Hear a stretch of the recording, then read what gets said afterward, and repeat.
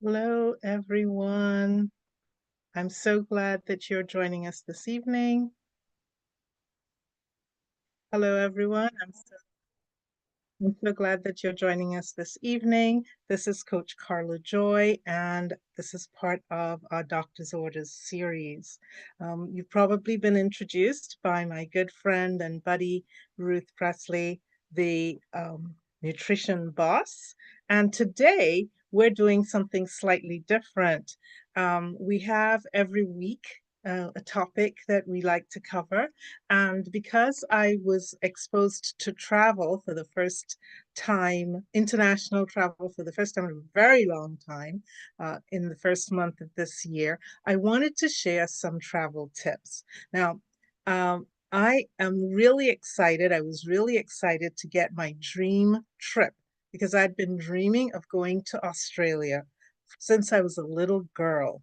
And so for this to come about, I was just really excited. Now, those of you who know my history, you know that I had a diagnosis of high blood pressure, high cholesterol, prediabetes, and that through a series of very fortunate circumstances where my goddaughter introduced me to the documentary Forks Over Knives and to Dr. Michael Greger's talk on uprooting the cause of disease, I started to change my life and change my lifestyle. And then my good friend Jennifer New introduced me to concentrated fruits and vegetables in capsules that I was able to use to um, to help on my health journey. And within a year of adding that to the lifestyle changes, I was able to receive from my physician a clean bill of health. No more high blood pressure, high cholesterol, and prediabetes. And I've used all this new health and well being to spread the news that people can have hope and health.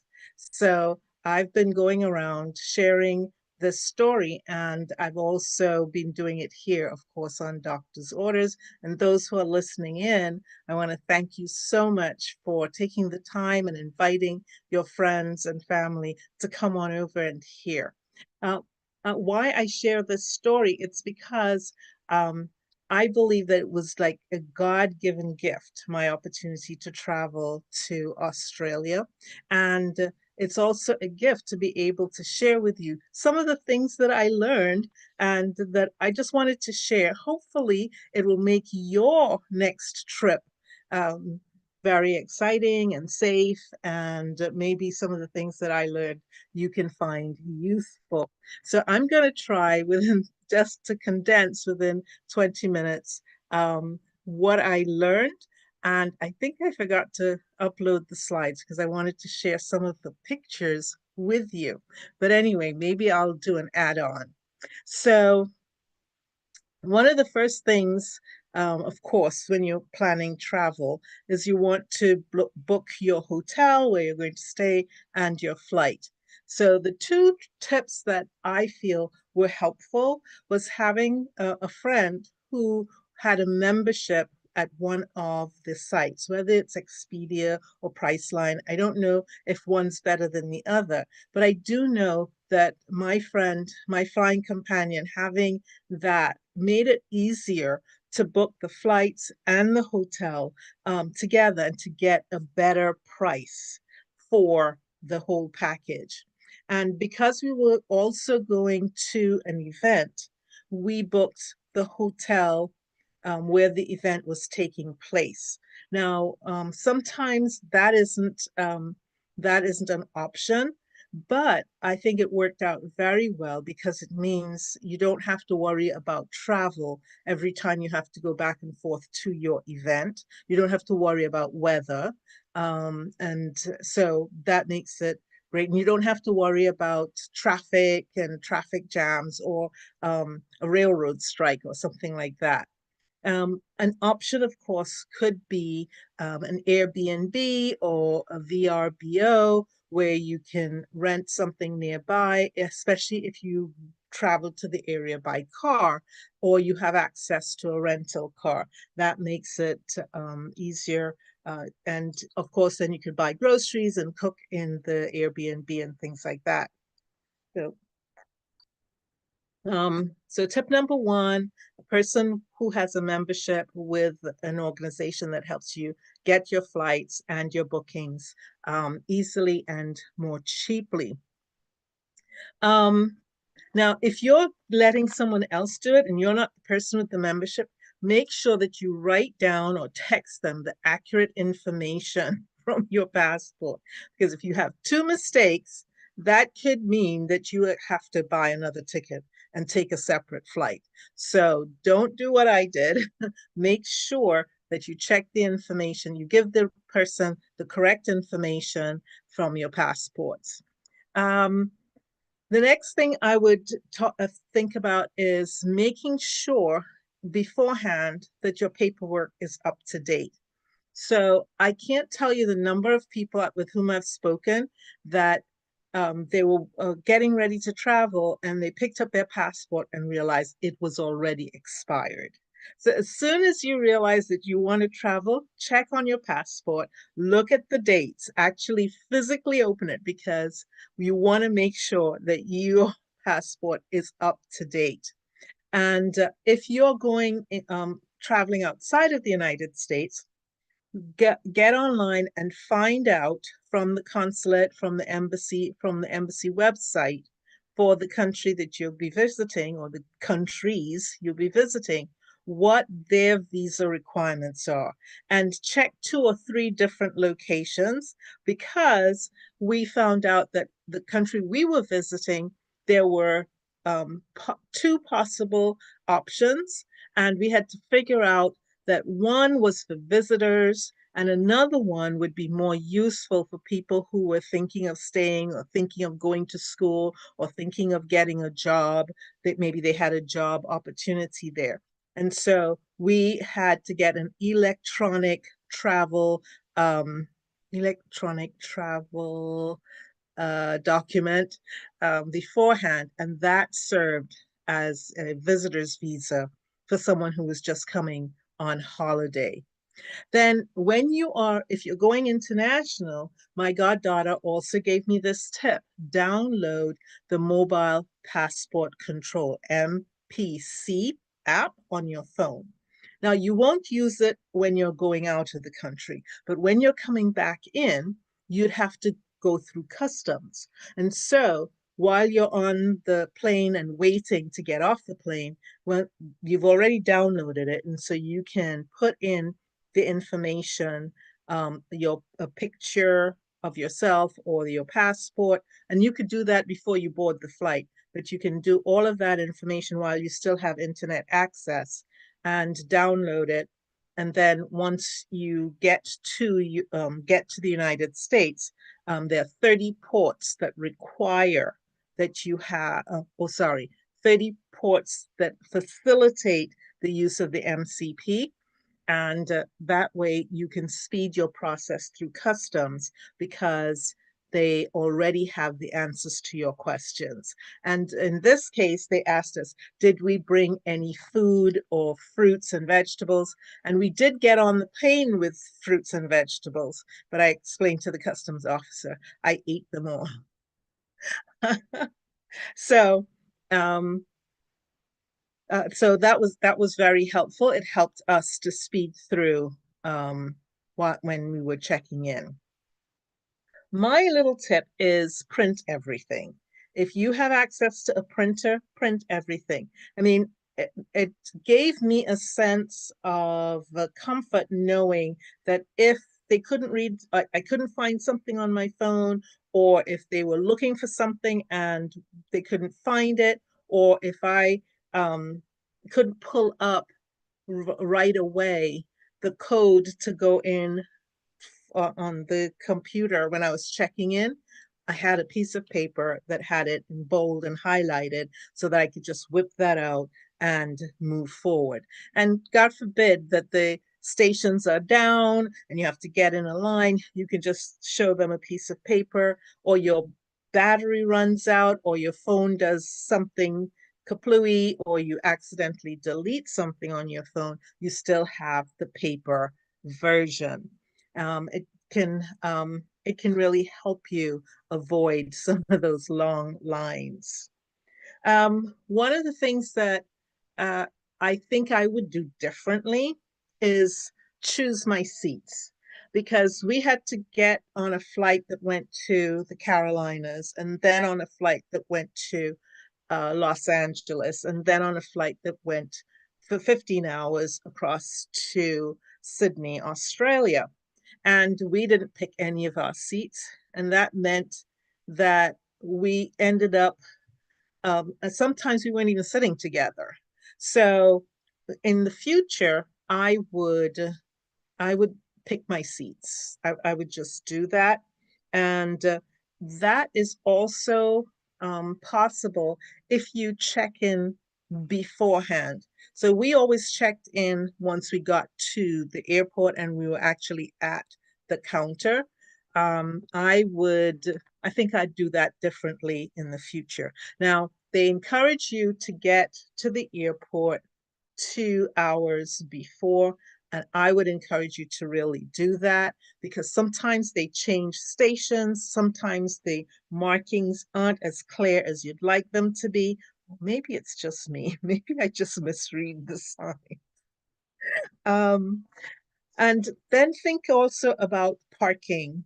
Um, if you are traveling and there's parking available um, at your airport, that's something that you might want to investigate before so that you can get a price that's convenient for you.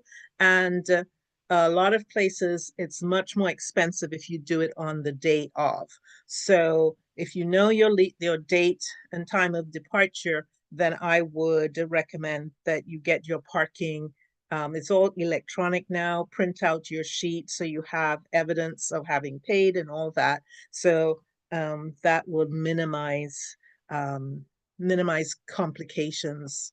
You know, machines break down, so I would just print everything, um, and also have extra local currency, both American and foreign currency for the country you're going to, or arrange to have that currency exchanged as soon as possible because once you get to that location, maybe they don't take your card. Maybe they don't take US dollars. Maybe they don't even take local currency and you have to have a special transportation card. And so you may want to talk to the concierge of the hotel that you're staying in to find out what's the distance of the hotel from the airport, what's the likely cost of a taxi, because one of the things that we did, and I would do it again, was that we got on the train. But the train from the plane is not always convenient. Sometimes you have to go up and down stairs, find escalators and elevators. And if you have food with you, it can be a little cumbersome. I was always spilling water every time I bent down. I was spilling some of my luminate. So figure that out and have extra currency available so that you can pay for a shuttle, for an Uber, or purchase the cards that some cities use for their transit. Now, let's think about packing. How many people love to pack? I know. I'm not one of them, but what I do with packing is I usually try to make a list or have a list of some things that I always use. And for me, packing is a challenge because I use the things that I use here are the things that I'm going to use when I travel. And then I have to have a travel version, but I travel so infrequently that I don't have two sets. So the things that I use here are the things that are going into my suitcase for me, cosmetics, lotions, things like that.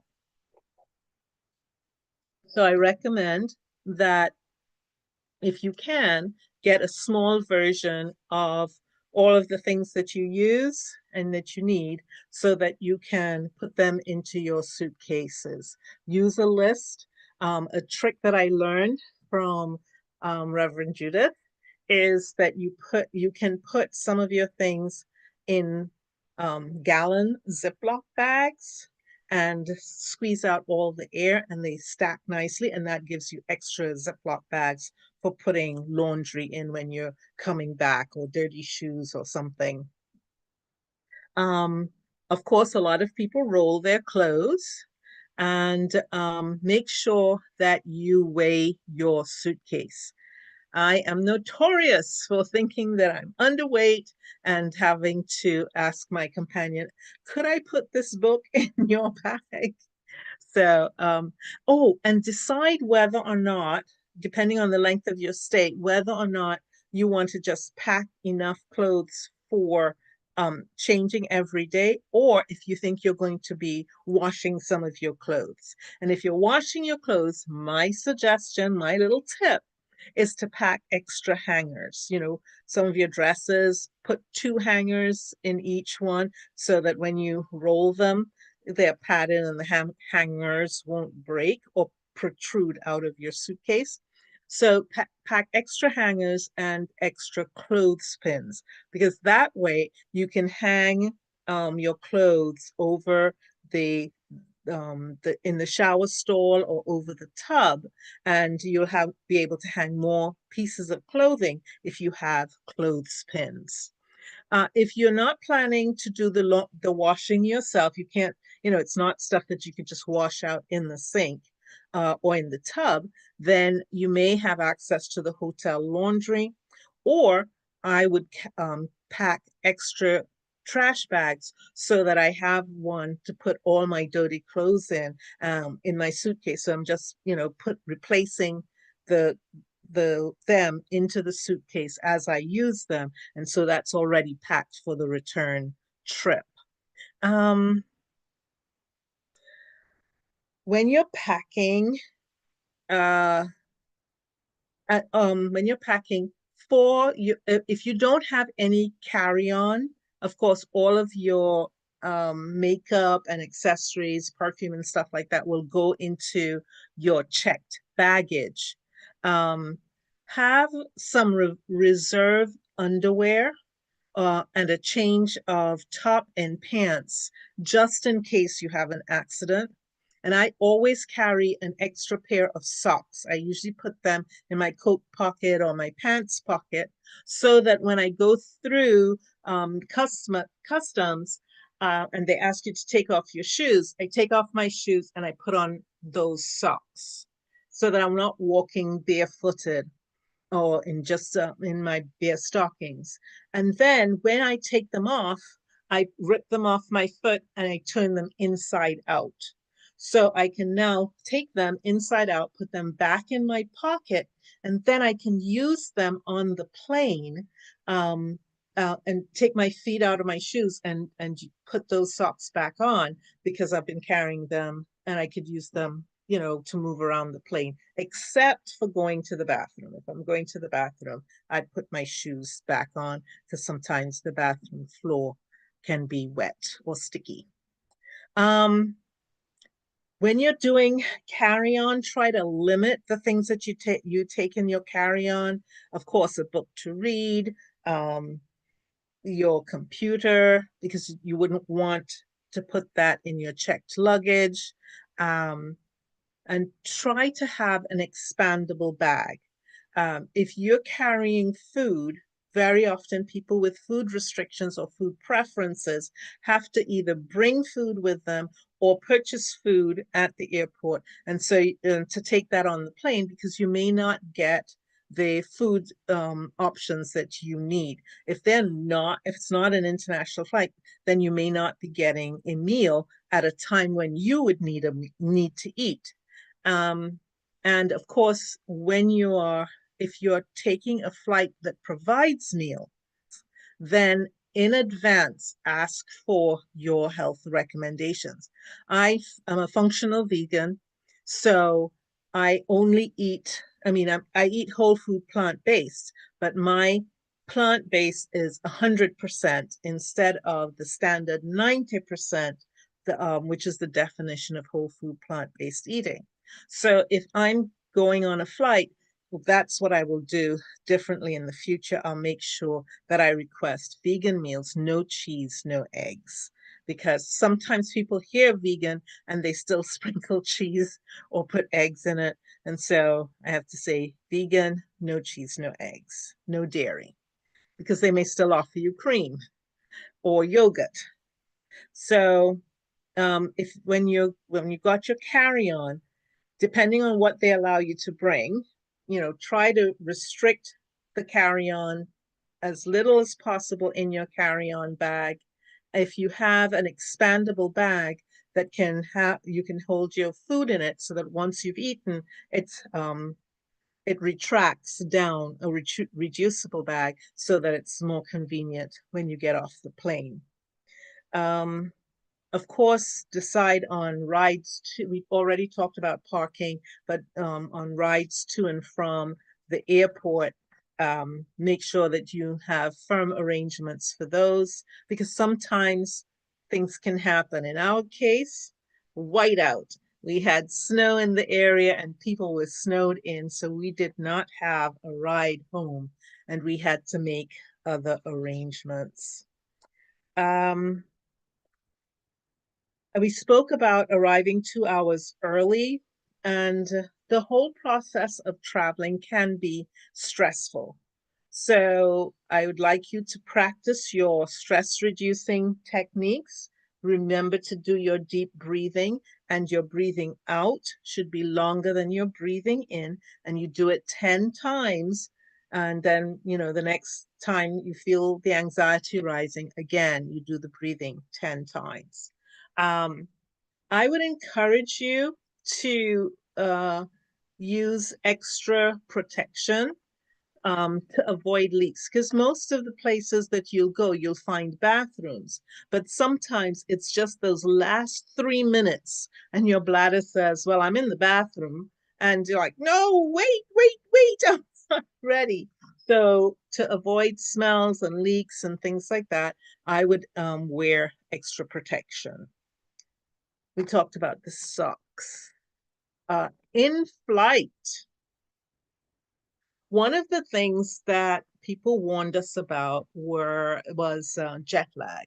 And so my tip for avoiding jet lag on very long flights is to sleep. Watch movies and sleep during the flight.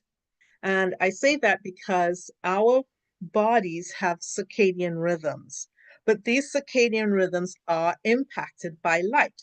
As you can tell, there's a lot of light in this room, and you can't tell whether it's daylight or night light. But on the plane, they kept all the blinds shut for the duration of the flight. So you couldn't tell whether it was day or night. And so by sleeping and by keeping the lights dim, the body went into a period of rest. And I just encourage you to make the flight a part of your vacation. In other words, don't hype yourself up and jump up and down and stuff like that, but actually incorporate it as a time of rest. For many of us, reading a book or playing Sudoku or playing solitaire, it's like a guilty pleasure. We should be doing something else. But this is the time. You could play as much Sudoku, you can play as many video games, something calming, nothing too exciting. Something calming, watch movies. I fall asleep all the time when I watch movies, but I don't get to watch movies most of the time. So you can make it into part of your vacation where you rest and relax. Try to sit with your legs as straight as possible. Very often we sit and bend our legs. Try, if you can get enough accommodation, make sure there's nothing around your feet so that your feet can be as straight out as possible. That seems to help a lot. Now, I know somebody recommended compression socks, so I don't know if my next suggestion is going to work for everybody. But I removed my shoes as soon as I settled down and they took off. I removed my shoes. I put on the socks that I had worn um, at the TSA checkpoint. And that meant I kept my feet kind of grounded. And that I think was helpful. And the only time I put my shoes back on was when I had to go to the restroom. Um, I recommend that you use the headphones that they offer you. If some of them are free, and if they are, or bring headphones or bring earphones and bring gum, because I don't usually chew gum, but I had gum in my carry-on in my personal item so that I could chew it during the ascent and again during the descent, because my my ears were, I was having a really hard time, but chewing the gum made it easier. I think I was half deaf for the rest of the whole day after flying, but it was easier. I was only deaf in one ear. So chewing the gum and using the earplugs was helpful for me. Um, Once you get to your destination, check for hotel shuttles, buses, and trains. I would recommend that you contact the hotel, as I said, and check the prices and whether or not they have a shuttle, whether they'll have a shuttle when you land, because sometimes the shuttles cut off at 10 o'clock at night, and if you landed at 9:30, the likelihood that you could get off the plane, get through customs, find your luggage, and be at the checkpoint in half an hour gets a little slim and sketchy, and I wouldn't want you to be stranded. So try to find out from the concierge so that you can make transportation arrangements in advance. Um, as I told you, we took the train, but that was a bit of complication because the train used a special card, but you couldn't use cash to get the card. You had to have um, a swipeable card or tappable card to be able to get their card to use on the transit. And so my card did, and my travel companion's card didn't tap. So we thought that we were going to be stranded right there, but I think I found an old card that did have cash on it and was tappable. And so it had enough money for us to buy the cards so that we could get through. So have cash, and then try to make those arrangements beforehand and make the decision if you're going to travel by public transportation, that you find out what they use. Because if you could have all the US that you want. If it's a cashless system, it's not going to make a difference. Um, at your destination, I would recommend that you take at least one day to acclimatize and try to stick with the local time of wherever you landed. Sleeping during the flight would help a lot with reducing jet lag. I know some people say as long as I'm on the plane, I can't sleep.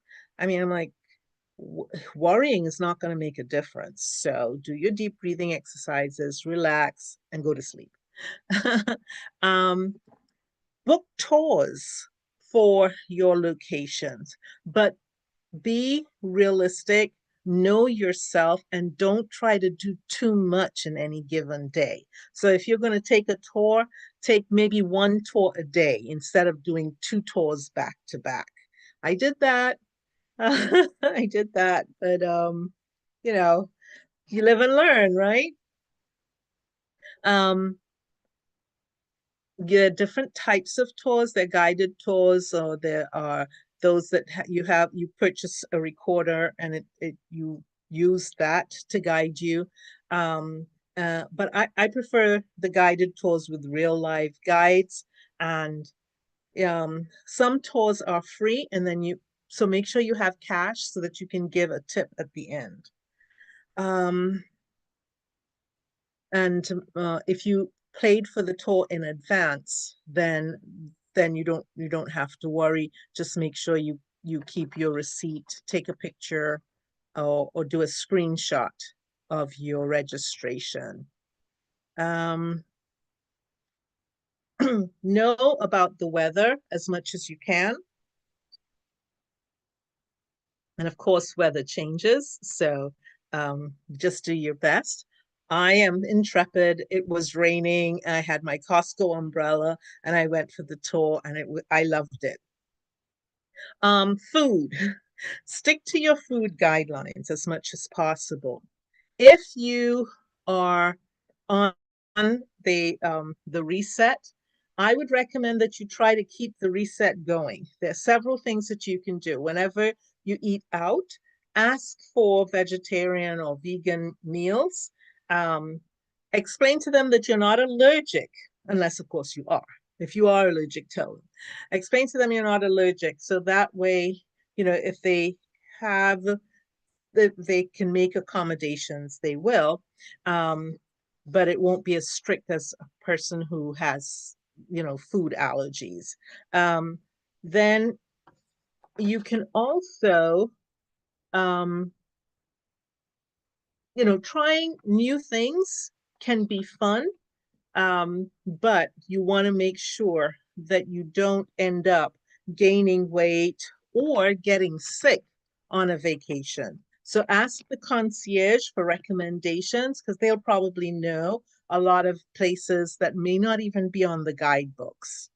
One way, if you have a budget and there's a refrigerator in your room, many hotels have refrigerators, especially the high-end ones, then what you can do is you find a local market or food court, and you can buy like bulk meals, enough to last maybe two servings for 2 days, so that you can eat out at a restaurant. You can have your complete shake for breakfast, eat out at a restaurant for lunch, and for dinner, you can share um, your purchased meal.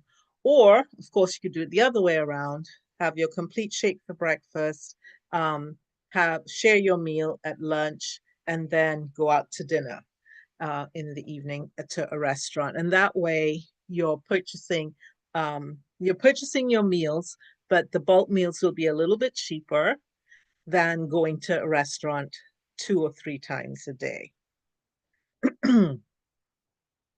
As I said, ask the concierge and they'll be able to tell you what to do, and pace yourself. Don't try to do too much in a day. And have a camera.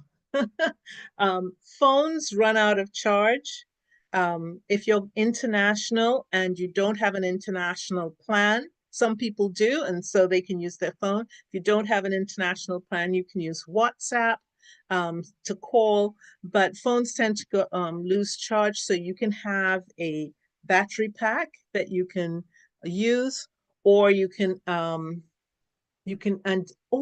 that's really important. Going to foreign countries, you have to find out what kind of plugs, what kind of electricity devices they have, because we had to purchase our own transformer type.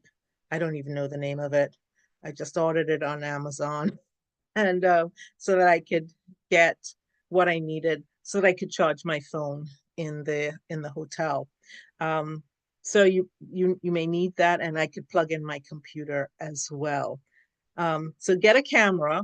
Phones die, they lose charge, they malfunction, and the amount of pictures you want to take because it's a holiday, you might just, like me, run out of space on your camera. So I was going to show you some pictures, but I did not load it up beforehand. So I don't know if I can get to it in time for this. Let me see. Maybe I can just find it and load it up. I don't know if my computer will work with me on this, so I'm taking a risk here. Um, but I wanted to just show you just a few of uh, of my pictures so that you'd see what a good time was had. And my favorite place was for me the Sydney Opera House. It is one of the most iconic buildings in the world. Okay, I can't load it up. Maybe we'll do it next time. Yeah, yeah, maybe we'll do it next time. Thank you so much for your patience with me, everyone. So, the Sydney Opera House, one of the most iconic buildings in the world. And I got to take pictures. My first sight of it, I took a picture of it and me up close to it in the rain. And then I took pictures inside. They allow you to take pictures in certain areas. And so maybe the next time I'll have my PowerPoint ready and I'll show it to you and show you some of the animals that I saw and show you some images from the one of the museums that I visited. Well, those are my tips and tricks, and I got to tell you that having my Juice Plus every day was very helpful because of the stamina and because in a foreign country and the stress of traveling, you want to minimize, you want to maximize your immune system, and that means keeping your gut microbiome happy. I'd have my double shake every day, and during the day I would drink my Luminate, and I found it very interesting because I'd carry a bag I'd carry a bottle of water and my Luminate in a big jug. And I would just sip on the Luminate all day. And because I wasn't drinking as much as I usually drink, I didn't have to rush to the bathroom all the time. I was still hydrating, all during the day. I was feeling alert, I was calm, I was focused. So, um, my Juice Plus in the morning, my double complete shake, and my Luminate. They were the stalwarts on this trip, and I would not want to go anywhere without them. So, thank you again for joining us, and I hope that you'll continue to bring your friends and join us on Doctor's Orders, where we say, eat your more fruits and vegetables. Thanks for joining us.